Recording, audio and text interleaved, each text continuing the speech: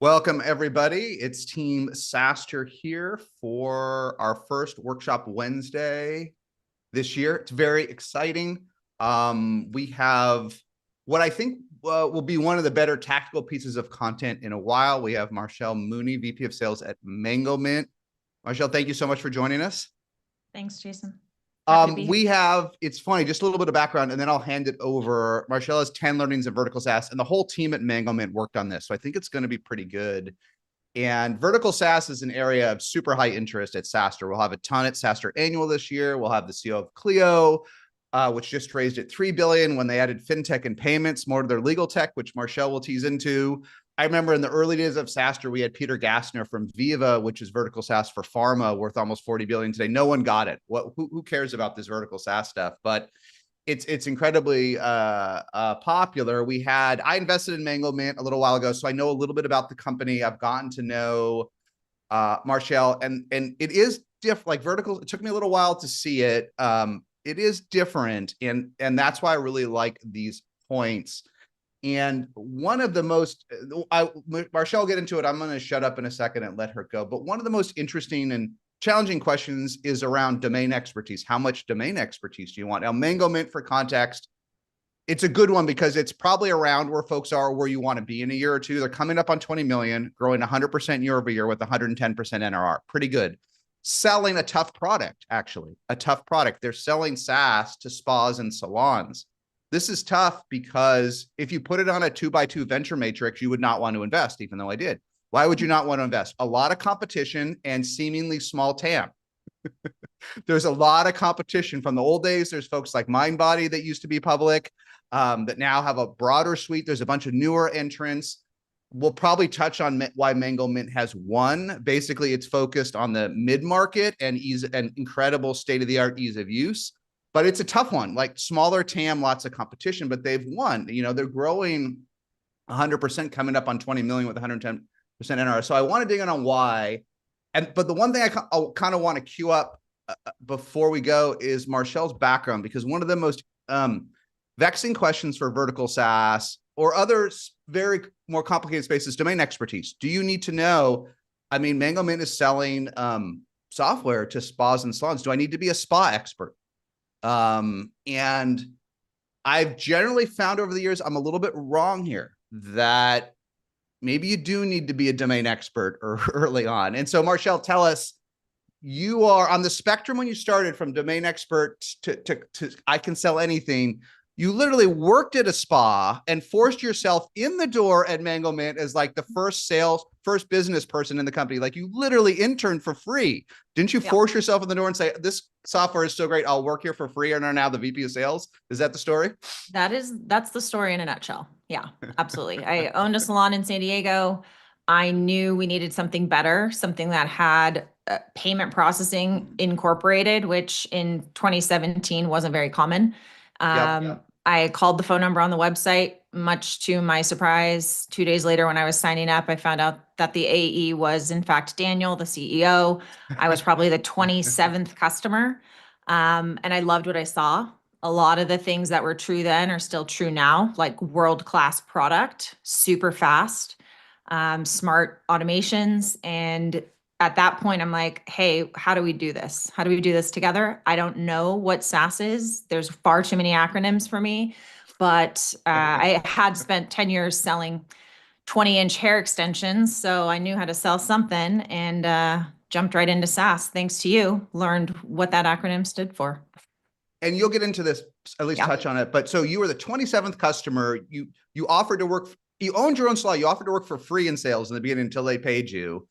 And we'll talk about, you probably will touch on outbound versus inbound, right? The company ultimately perfected a high velocity inbound model, but I think for this domain expertise question, in the early days, you were literally doing outbound at first. You have to at 27 customers, and you were going into spas as a spa owner yourself and could have a conversation that maybe someone that worked at Outreach or Gong or SalesLoft might struggle to have.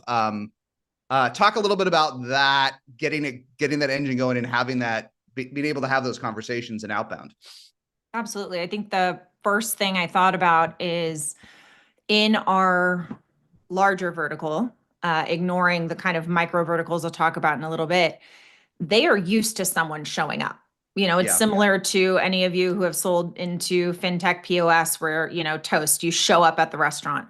They are used to people showing up, to the point at which if you are buying shampoo and conditioner from a salon or spa, the rep that sells that literally walks into the salon, takes inventory for them. It's a very forcing function for sales in that industry. So I knew it needed to look the same for software.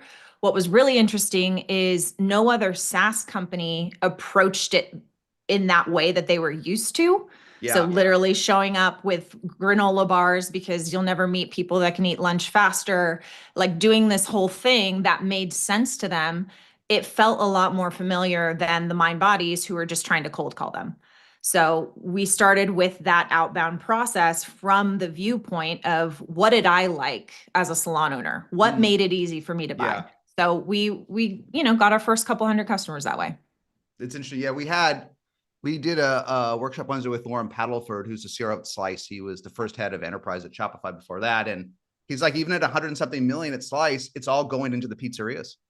It's all walking in and building relationships with these single owner establishments, which for most SaaS companies is an anathema. I'm working from home. I'm working 20 hours a week. I'm being handed a list. I email. If I have to, I'll pick up the phone, but I would never visit someone in person. Certainly not for a 4-figure deal.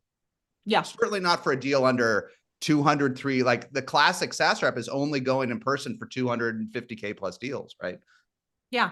And hey, it's been like a bit of a double-edged sword because as I have kind of grown and built out the team, now I have a team of over 25. There's still these questions. I see them come through Slack and I'm like, oh man, I just want to go spend an hour schooling these people. And so that's where I go, okay, we need to create this mix. And, that goes into the first point that I'll talk about is like in this deep of vertical SaaS, you've got to have a mix of that prior experience, that industry experience over SaaS experience. You can't over index on the SaaS side only, which I made that mistake at first. Okay, let's get into that. But let me just ask one follow-up question, and then let's kick it off with the slides. So fast forward today. So in the beginning, you are someone from the industry going out, talking to your peers, getting them to buy. Today, now that you have a brand, right, and thousands of customers, is how much do you have to sell in the field, in the salon, in the spa versus texting over the phone? What's the ratio of the motion today? So there's no selling in the field today. No more. It's all done. Physical. It's all done. Unless I go somewhere and I want to be a customer there and they're not using Mangomint yet, and I refuse to go there if they're not. So anywhere that I live, you'll see a bubble around me. But other than that, we have been 100% inbound up until this year. So end of last year, we rolled out an outbound. Our outbound now does look like calling. So they're not actually physically showing up. I'm sure many of them would. And sometimes people ask me and I'm like, go for it. But at this point, 100% we're doing it remote. And and the salon owners, because the owners are buying, right? These are small businesses. They'll pick up the phone and then they'll have a sales call for the outbound so team? And this is something that a lot of the tools for like getting data on these people don't work for us. We have to approach it from a different angle because I am finding Susie of Susie's Hair Salon's cell phone number. And yes, she's picking up because for the most part, she's also used to getting her clients calling her like, hey, I got to get in for a haircut. I forgot to book last time. So yeah, they're definitely picking up. That's very normal. That makes sense. Yeah, it's just when we've done a lot with Kyle from Owner that right? And they've got thousands of small restaurants. Phone is zero there. The owner is working. You can text like they do a lot. They do in person and text, but phone's a zero, right? You literally just cannot. No one owning a small restaurant is going to pick up the phone.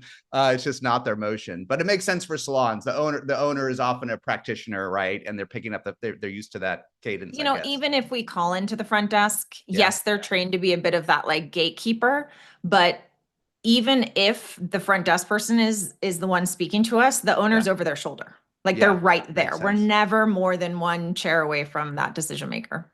It's a good one. All right. So let's talk about the 10 learnings in scaling. I'm going to add scaling vertical SaaS from Mangomint. Thank you. Yeah, let's dive in. Thank you so much, Jason, first of all, for having me. We're going to look at some slides, but we'll really focus on kind of me riffing on these things. You gave the background. I was a salon owner for 10 some years. I sold hair extensions for a top manufacturer and distributor. So, Jason likes to use sell a pen. I sold hair. And when I moved over to SaaS, there was a lot that I didn't know. And so a lot of these learnings, this is, my first foray in SaaS. I've been with Mangomint for 6 years now, and I live, eat, and breathe SMB vertical SaaS. So we're going to really drill into the things that stand out to me. And some of them might piss you off. That's okay. We can talk more into it. I'm all about debating it out. But the reality is we have a product that is world-class. So I'll start with that. A lot of this won't mean much, do much if you are not working with a product and a product team that is incredibly rigorous and relentless in building world-class product. So big shout out to our product team, our CTO, Sandra, one of our founders who's been there from the beginning, and the wonderful team that they have built. So knowing that, we are also going to be really, really segmented into SMB. And when I say SMB, I mean very SMB. So when Jason says mid-market, our mid-market, just for framework of looking at this lens, is going to be, our SMB would be solo providers. So this is someone who rents a booth and runs their own business, the solopreneur. We do not sell to them. So for us, mid-market looks like a mom and pop shop that has 5 or more staff members. And this is going to be up to, say, 10, 15 locations that are corporately owned. So a lot of our competitors that might look at like the enterprise, that's going to be like franchises, those Ulta with hair salons. That's not who we're talking about today. But a lot of these can be applied across different size verticals. And so I think that would be fun to get into in Q&A because I have a lot of thoughts on those as well. So jumping in, the first, wow, here we go. The first thing Jason teased on is like hiring for vertical experience over SaaS experience. Now, we've got a mix on our team, but our top performing AE was a salon manager in San Francisco, and she outsells reps that came from like very high volume SaaS companies. So her deals close faster because she has these authentic conversations about specific industry challenges that make them feel aligned. She can build trust faster. She just knows what these people actually face. Like, what does it actually look like when you're answering the phone and you see credit card numbers on Post-it notes across the front desk? Like, she gets it and she can be in their shoes. I will also mention, she's somebody that moved up. She started in support with us. She moved over to onboarding manager. Now she's an AE. So big shout out there. Among the AE team, our top 2 performers have no prior SaaS experience. We do have great performance from people with prior SaaS experience, but we'll talk about how we get them there. Like, how do we get them to get out of the feature selling, feature dumping, and really know how to build trust with those that they are speaking to now. So this is a big one. If you are deep in vertical and you take a look at your sales team and you don't have anybody that, flipped pizzas working at Slice, go find that person. I guess we're not flipping pizzas, we're spinning them. Whatever you do with pizzas, go find that person, find the one that has felt the pain of running out of things, of answering the phones, of texting customers, of fulfilling orders, and bring them into your team. Right now, we have about a 50-50 split. And then on my onboarding side, because I also oversee onboarding and implementation, I think maybe one person doesn't have prior vertical experience. So I found it even more important on that side of things to have them really close to the industry. So that's what I'll say on that. Obviously, I'm an example of that. And I mentioned the kind of double-edged sword. There are times where I see like deals coming through that are really struggling. And I'm like, oh, it's because we're not addressing this vertical. We're not addressing what a med spa goes through. And so what I have found is like to get myself out of those weeds, hire more people, hire people that have worked specifically in med spas, specifically in hair salons. So we do have those sub verticals. We'll talk more about that. This next one might seem so freaking obvious, especially if you've been a fan of SaaStr or listened to anything Jason's ever said. Your team must deeply understand this product. The reason I bring this up, though, is I mentioned we just started building our outbound team. Fortunately, the two BDRs I brought on to kind of like prove this concept, one has her cosmetology license, does hair. The other was an ex-esthetician, so she did skincare. So they both speak the language of the industry. But what was really interesting is when they started with us, both of them were like very kind of awkwardly surprised that we were putting them through the full product education at Mangomint. And when I, dug a little deeper, they were like, oh, we were calling by day 3 at our prior SaaS companies, and these are big SaaS companies, one that I have even looked at using for my own team. So it was really surprising to me that this was like a novel concept to make sure that every single person across your team is a product expert. We've debated this out as we, go to scale. You really want to have a solid onboarding for your entire team, and what's the right dose for the growth team? What's the right dose for the support team? In my opinion, it's a gold standard. Everyone needs to know the product. Everyone needs to speak the same language on our product. And when we're rolling out features, new products within the product, they need to be trained on them and they need to take accountability in owning that. So it's one of our performance standards, huge one. Okay. Now, I mentioned some of this is very specific to our SMB. This is going to be one of them, but make your onboarding free. When I hear listening into deals and they're like, oh man, we just paid $1,200 to go to X competitor. We really want to use you, but we can't recover that $1,200. And then they end up switching over anyway because we're going to give them some sort of incentive to make up for it. I just think to myself, like, was it really white glove? Then they go through our process and it's like, yeah, boom, you're in the product within your free trial. You haven't even paid us $1. And I just deeply believe that removing friction for vertical customers, I'll preface this by saying 90% of our customers coming over are moving from another software, another competitor. So they're always going to have a pretty large stack of data to bring over. So clients, appointments, staff members, service menus. A lot of them have recurring revenue built in. That's why they're moving to us. So they're moving over memberships that are renewing. They're moving over packages, gift cards, previous balances. A lot of this, in my opinion, if it's like mission critical to do business with you, just make it free. Make these things easier. One of the things that also just like gets under my skin is how often I will see this huge fee for onboarding that when signing a contract is suddenly waived or when needing an incentive is suddenly waived. So it's like, if this is really part of your revenue stream, then how come it's constantly waived? It just makes it feel shaky to me. I don't like it. I don't think it's the right thing to do. So no paid white glove onboarding. We look at it like the onboarding is included. We're going to get the other thing about it is, okay, we go to onboard and, oh, by the way, white glove is included, but we can't get X, Y, and Z from your previous software. So we're going to blame your previous software for why we can't do the thing that we incentivized you on. So again, that's my take on the onboarding piece. PLG, it's still a hot topic. I think 3 years ago, 4 years ago, it's all we heard about. I like to say PLG, but make it sales led, which could sound expensive, but the idea being your trial, our sales team doesn't wait for the trial to show them that someone is qualified.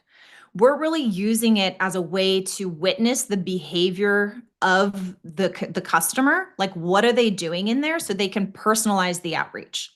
Example being, a customer starts a trial with Mangomint. Very easy. They fill out 5 fields on our website. Boom, they're in a trial. That trial is in demo mode. They can literally check out sales, adjust inventory. It is set up with services that look just like their sub vertical. So if you're a hair salon, you're getting haircuts and hair color. If you're a med spa, you're getting injectables and facials. It is all customized to them. They can test out the online booking. They can add, gratuity. They can send text messages. And what we're looking at from the sales perspective is, where do they go first? Where do they get stuck? So recording those sessions, having that bubble up to the AE so they can say, okay, we got a med spa. They went straight to memberships. They got stuck at this point. Not in a creepy way, but we're going to send them a text right away like, hey, look, I see you've got these memberships. You checked it out in the trial. Let's connect. Let's take a look at this together and see how we can build them just for you. So this is important because when you combine the PLG piece, meaning there's a very easy way to get them into the product, and then the sales team, so our AEs are following up within minutes of a trial starting. So it's like trial starts, check out that full story session, see what they did, reach out. If that is happening, we're not using the trial to prove the product works. Like the product works, we know that. It's about giving the sales team the exact conversation starters that they need for each prospect. I will argue that every vertical SaaS needs a trial, even if it's like a pop-up one-page full data filled in, there's like not too much they can do. Like see where they go, see where they click, get them in some sort of demo mode to where your sales team then deploys, and goes in really tight, whatever your little script is. For us, it's sending a text messages because that's where our customers are, and making that happen. So don't wait for them to discover that value because it probably won't happen and you probably have a leaky bucket. Number 5, ditching long-term contracts. I teased on this with the onboarding piece, but Daniel, our CEO, he was recently on the SaaStr podcast, and I saw a lot of comments on LinkedIn and maybe it was the YouTube about like, how do they have that NRR with no contracts? And I keep seeing this come up. And all I can say is that the evidence is in the numbers. Customers stay with us, and often when customers leave, they come back because they're going to face these heavy contracts with other customers for a product that's like $300 a month. And it gives them this feeling of like, it's like they get cagey. So we have eliminated contracts. Well, not eliminated. We never had them. We've never had them since the very beginning. We let customers cancel at any time. So they write in middle of the month, hey, I want to cancel. Great.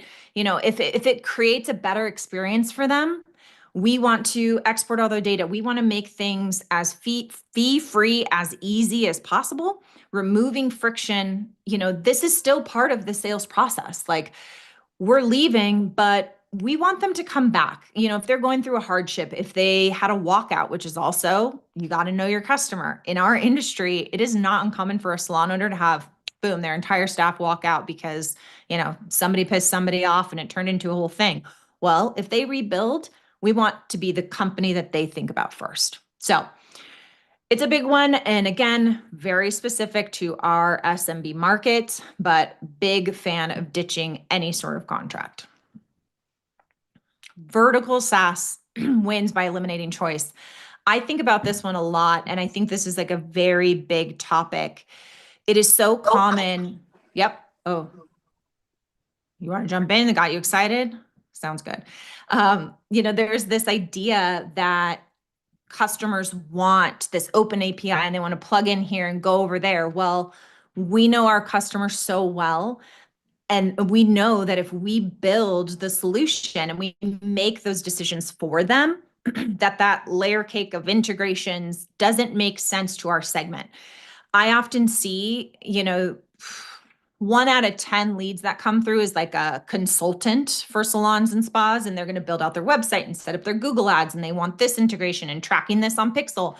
Well, as soon as they're no longer paying that consultant, we recognize that the integration that they may have set up is not sending a webhook anywhere. And the, review management software that they had tried to integrate they're not even paying for that anymore. So it's like these dead ends that when we really dial down to that salon owner, they just want us to do it for them. So really focusing on eliminating all the choices and being that one solution for them, really going to be crucial, I believe, in the next few years for vertical SaaS, regardless of your size.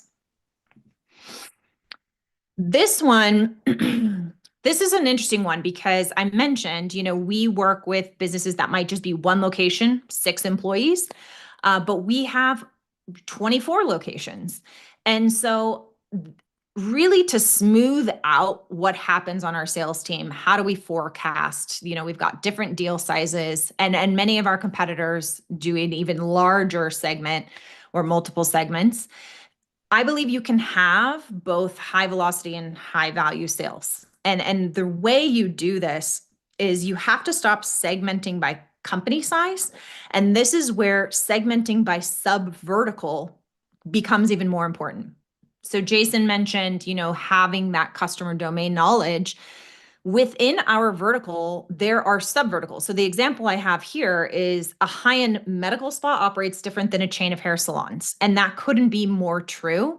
So to know the right dose to give your sales team of understanding those differences, and that starts all the way from our growth team. So the way we go after sub verticals, the way they come in, the information the AE has on them, this is so important because when your ACV is smaller like ours, and churn is naturally higher due to the space we're in, you have to trim off a few days of the sales cycle. Like this means AEs can more easily hit quota. This means that, they're not stressing to get to that quota because they know their sales cycle is repeatable. S&M payback period goes down. Cash is cycled faster, less need for fundraising, faster growth, less dilution. Everybody's happy. So these two things need to happen, but the only way it can happen is if you understand the sub verticals within them. So a med spa that could do 10x the volume as a hair salon in terms of their own processing. So, a med spa that does 3 million a year, a hair salon that does 400,000 a year, those can close at the same time if you train your sales team to be specialists in the specific business models that they're selling to. So very crucial to get there.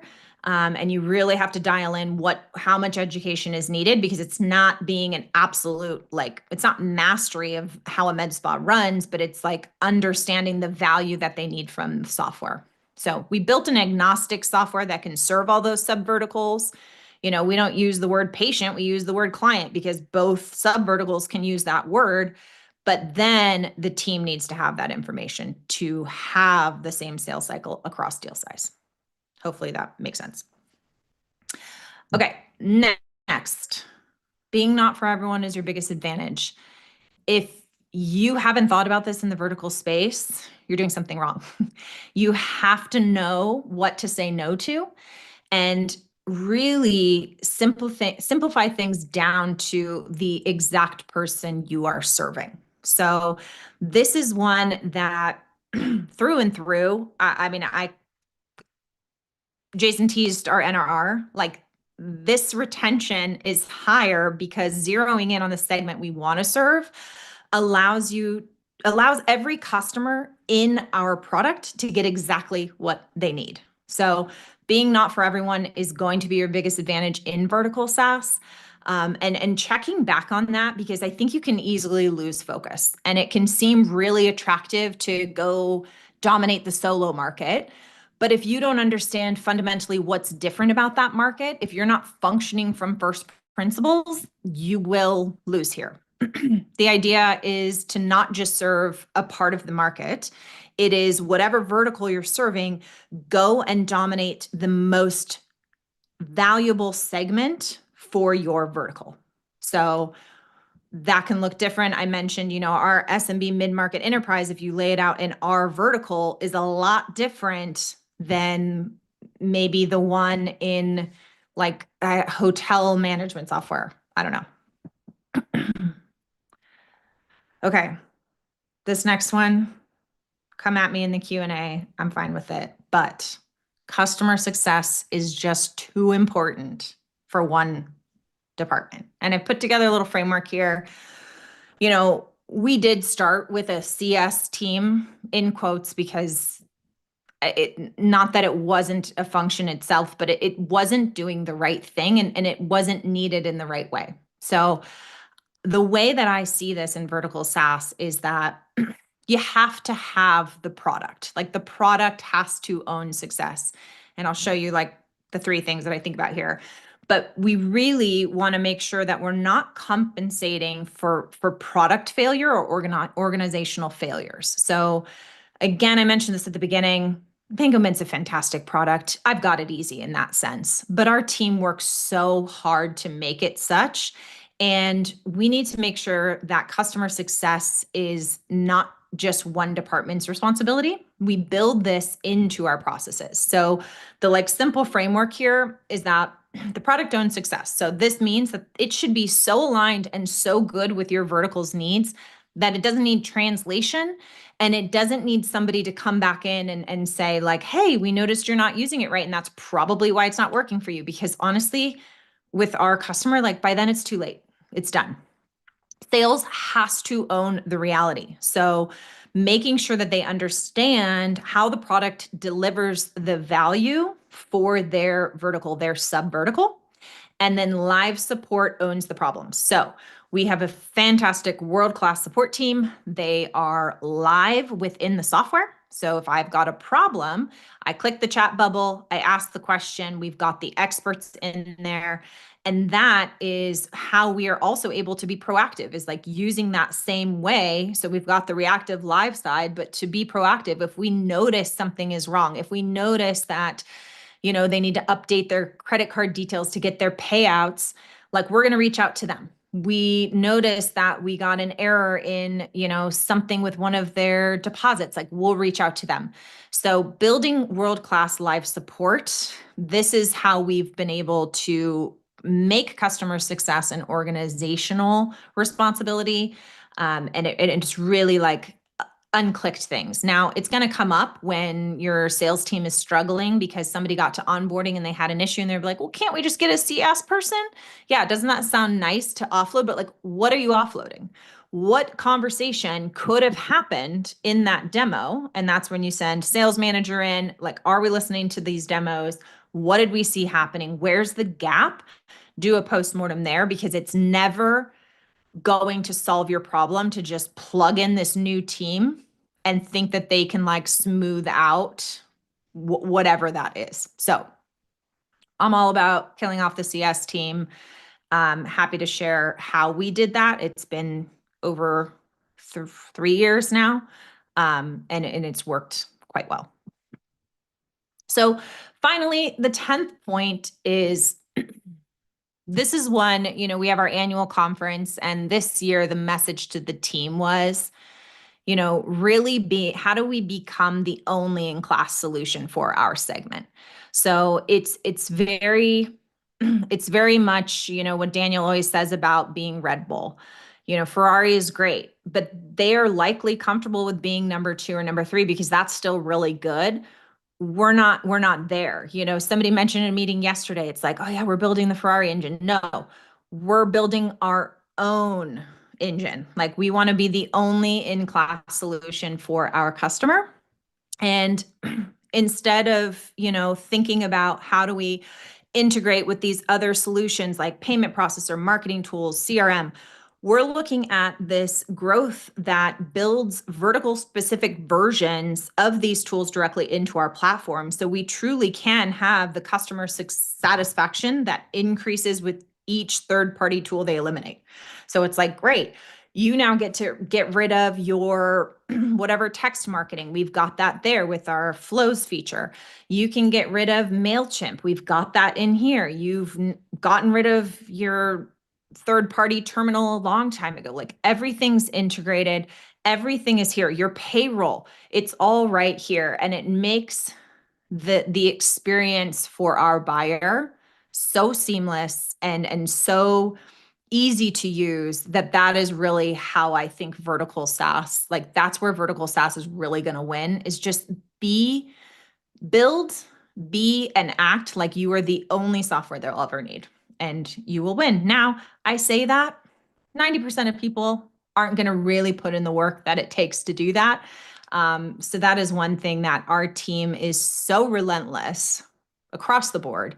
Very proud to work with a team that thinks in this way, and it's the only way we'll go. So that is the 10 learnings that have really stood out to me, made it to for me that like this is the company that I will be at as long as they'll have me, and how I think about things, and Happy to open up to Q&A or even into my inbox if you want to tell me some of my ideas are bad. Love debating it out. So let's open it up. Yeah, you do have a few questions in the chat, and then people were in agreement with you on CS, so you did not get flamed. I've been before on it, but that's okay. All good. Okay, Patricia, if you want to come on, I think you had a question on vertical experience. Hi, yeah. Marshall, can you talk a little bit about outside of sales? How do you think about the importance of vertical experience in teams such as product? Okay, this is a great one. I could say with 78% confidence that no one on our product team has worked in salons or spas. Now, what is really awesome and really encouraging is we have thought a lot about the way that our engineering and product organization works. Every engineer that joins is like, it's so different than what I'm used to. It's so like circular, the iteration, the pushback, like the way product and engineering works together is very different than many organizations. So we could have them go on a whole podcast just on that. But what I do know is, for example, our very first Mangomint, I took a group of 4 engineers into a nail salon. And while it was incredibly awkward, it was so fun. Like of course, they hear engineer and they go, oh, can you build this for us? And can the feature do this?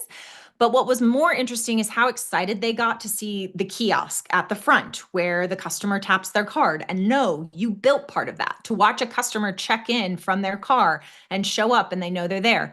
So I think that the piece that is important is you're probably not going to get that experience from your engineering or your product team, but what you can do is figure out the dose that they need. So for one, visiting a customer should be a no-brainer. If you've got to drag them in or buddy them up with an outgoing salesperson, do that and send them into a customer. That's going to be number one. That's always going to trump what I'm about to say. Number two is we actually pull 100% of our recording transcripts into our data warehouse and make it searchable for engineers. So if they want to then jump into a specific feature that they just want to understand, like, what does that even mean? What are offers? Like, how do they run their memberships? They can then go in, view that recording and like hear all the customers talk about it. Now, this is a bit dangerous because it shouldn't be that what the customer is saying is how it should be built. It should be a tool, again, for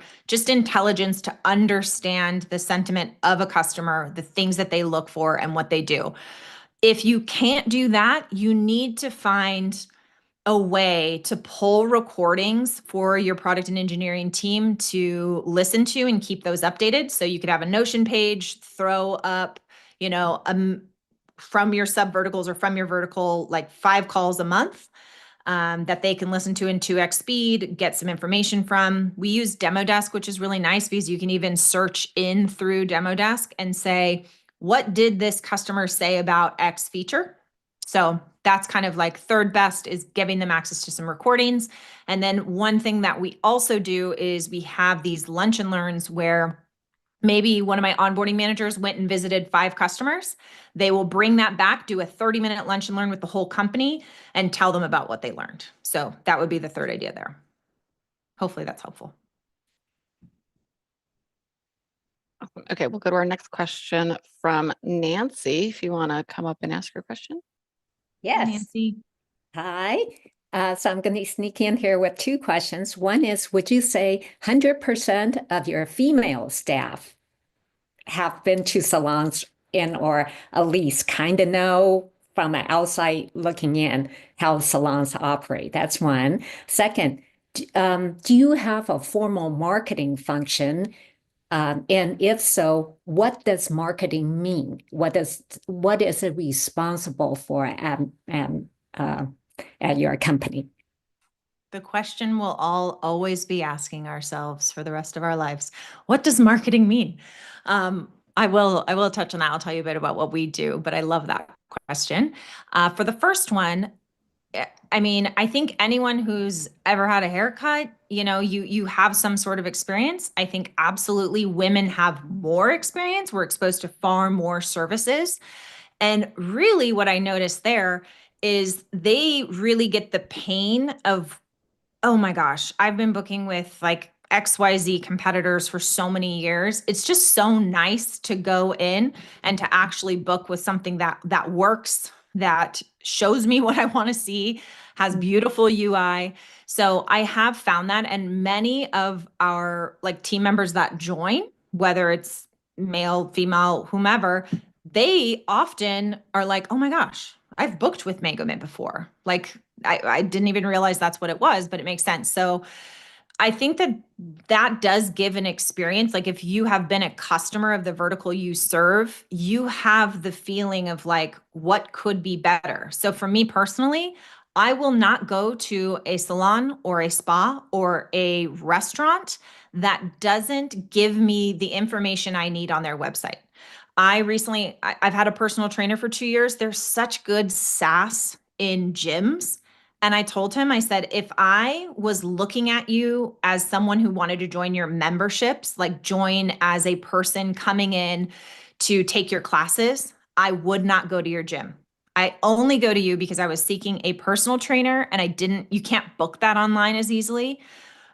So from a consumer standpoint, I think we really have to pay attention to what the customer experience is in the vertical and what they're looking for. And you're going to feel that.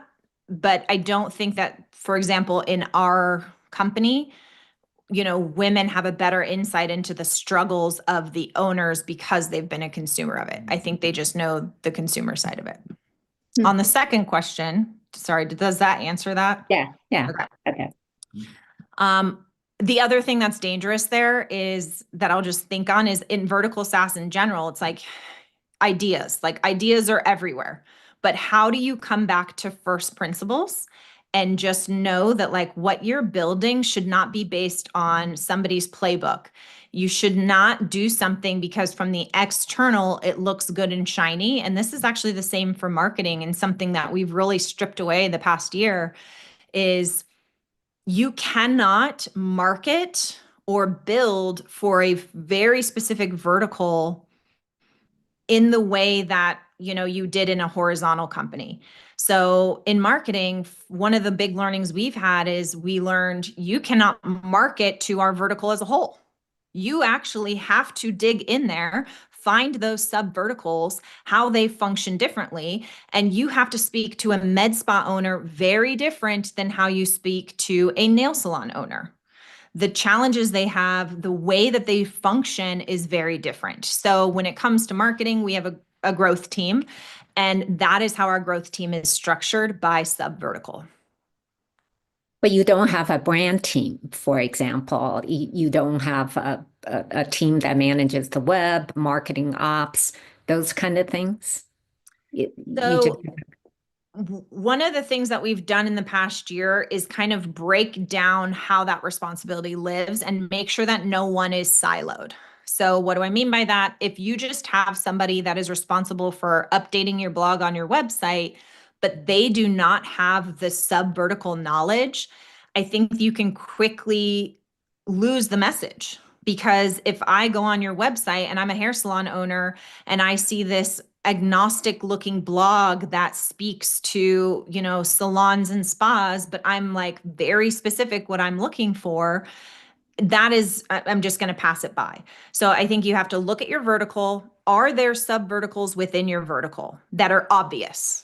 And then start from those and work out. Can you speak to all of them the same? The answer is most likely no. And you'll probably save yourself a lot of stress of trying to be more to everyone rather than like really narrowing that down. So you might have somebody that is writing content for the website, but that is like a resource within your marketing or growth team. It's not that they're owning all content for all sub verticals. So we break it down. So who does the growth team report to, you or somebody else? So our growth team is currently reporting actually to our CEO.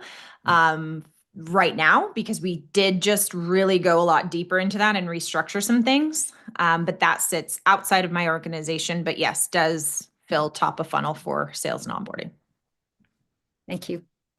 Yeah, thanks for the questions. And then I'm going to bring up Alex, who has the next question. If you want to ask your question, Alex.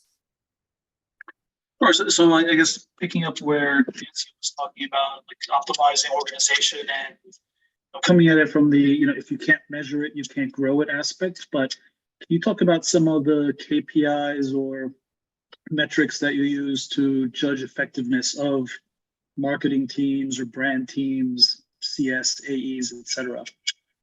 Yeah. So it was a little patchy, but what I'm hearing is like, what are the KPIs that we're watching? How are we measuring from growth to sales to onboarding? So like through go-to-market. This one's super fresh. It's the beginning of 2025. It's all about new logos for us.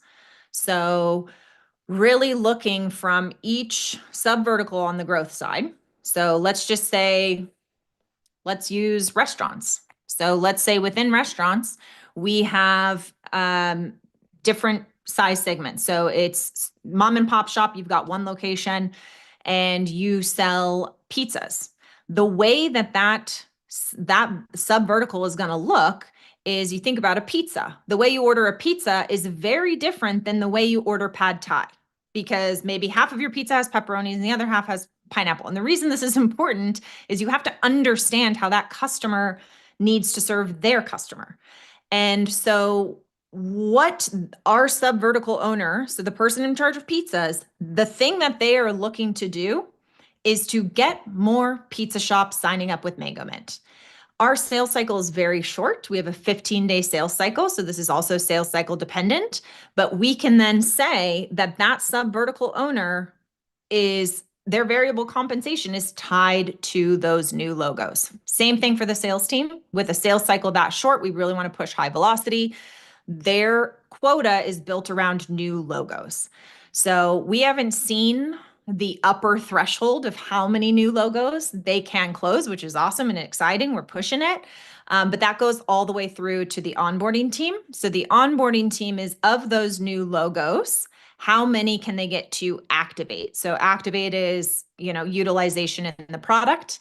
And they have a metric that rolls over the prior 2 months of the cohort that they onboarded. They want to hit, a certain percentage. So if that's 70% of your prior 2 months have activated in the product, and then we want to see that number go up over time. So I like to keep one simple number that is the number you own as an IC. And then performance standards can layer in things like, okay, over 6 months, this is for onboarding where activation should climb up to. For the sales team, it's like, these are things we're going to look at, but it's not dependent on, like they have their golden star, which is new logos. So that works for the high velocity SMB side that we're serving. Awesome. Okay, we've got one more question, and then let me bring Vishal up to ask his question. We'll see how much time we have after that. Hey, Vishal. Yeah, hi, Marshall. My question was about the sales script. When you engage with customers on the phone, is there a certain strategy to engaging them? Is it like, are the sales rep referring to something that they're currently doing, like the current process, versus, let's say, a differentiated value versus a problem, or how does that conversation really go to kind of, because that's the meat of it on the phone, is how do you engage them in the first call when it's a cold call? Cold call. So this is your outbound team, like a BDR? Okay. Yeah. So using like a Picreos method, the way we go about it, and again, our outbound team is very new. So we were 100% inbound until Q4 of 2024. We're seeing some great traction there, but nothing that I would report on like we're groundbreaking yet. Jason mentioned Kyle Norton. If you haven't listened to his SaaStr episodes or his podcast, that's a great place to go for this. But having done a lot of outbound myself and now building this team, what I have found in our vertical that works well goes back to the vertical like domain. So we're pulling in with each lead we reach out to. We have sub-verticalized our entire Salesforce or our entire CRM to where we know what vertical every one of our customers is in, and that information pulls into the new lead. So I'm a BDR, I'm looking at the lead I'm about to call, I see what sub-vertical they are in, and I have a script specific to that. So Vishal, I see you're a med spa in this area. We work with med spas just like yours to increase their recurring revenue. I've got a business. They are doing over 30,000 a month in recurring revenue at their med spa. Would you be interested in seeing, peeking under the hood and seeing how they do that? So breaking it down within that vertical, finding what the thing is that other businesses using Mangomint do really well. And then when you pull them into that demo environment, the AE is aligning with that value, showing them that thing, and then asking if that was something they'd be interested in seeing for themselves. Gotcha. So it's and like a 30-second script. Sure, gotcha. And is there a different strategy when you walked in person? Because Yeah. it's hard for them to avoid you or hang up because it's a in-person interaction, but I'm sure there's some strategy there as well in terms of engaging the customer the first time you walk in. Yes. So this is why we're no longer doing the in-person, because salon and spa owners are the nosiest people I ever met, and I love them for that. But as soon as you let them know, like, hey, we'll show you what Pedicures by Jane is doing down the street, they're like, oh my gosh, let's hook me up. So that has actually been a really fun thing to play with. It again, like, who are you selling to? I was a salon owner, so I can say, we're rather unsophisticated business owners. We started doing hair. We probably had no business owning a salon. So yes, please teach us anything. That said, if you're in a different vertical, like when we were going in person, that was more about, showing them that we understand the kind of P's and Q's of that industry, because that was the way that they were sold to basically up until COVID. Like, any wet line, which is going to be your like products, so shampoo, conditioner, stuff like that, or face creams, that was always an in-person sell. So it was more of like, hey, we understand you. I would literally walk in with a bundle of like 10 bars with a Mangomint sticker on it and be like, hey, we know you're the industry that can eat in 5 minutes or less, blah, blah, blah. Like, just that was all about showing them that like, we get you, we got you.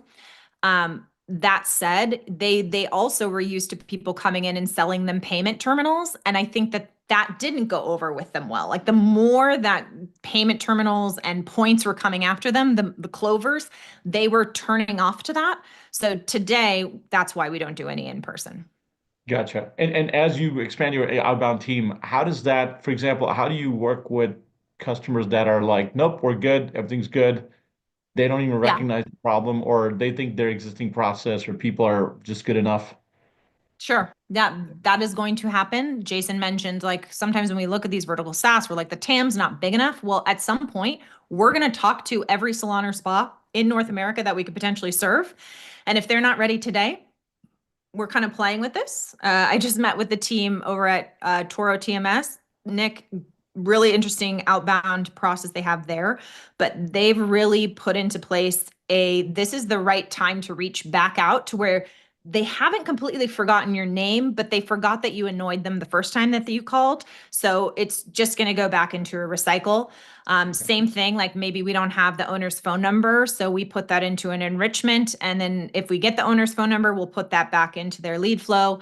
So we will like redose that out, and we'll just keep hitting them. Like, it really is going to recycle through in the outbound side, but it's also going to be hit by the sub-vertical growth managers. So those people that own that vertical, cool, we might have called Sally who owns the med spa, but now the growth vertical manager for that particular sub vertical is going to be at the premier med spa, event, and coming at them with a very different angle. So yeah, you've got to hit them from both sides, and then you have to re-hit them, figure out what that is. Maybe it's 4 months, maybe it's 18 months, but you can't just let them go.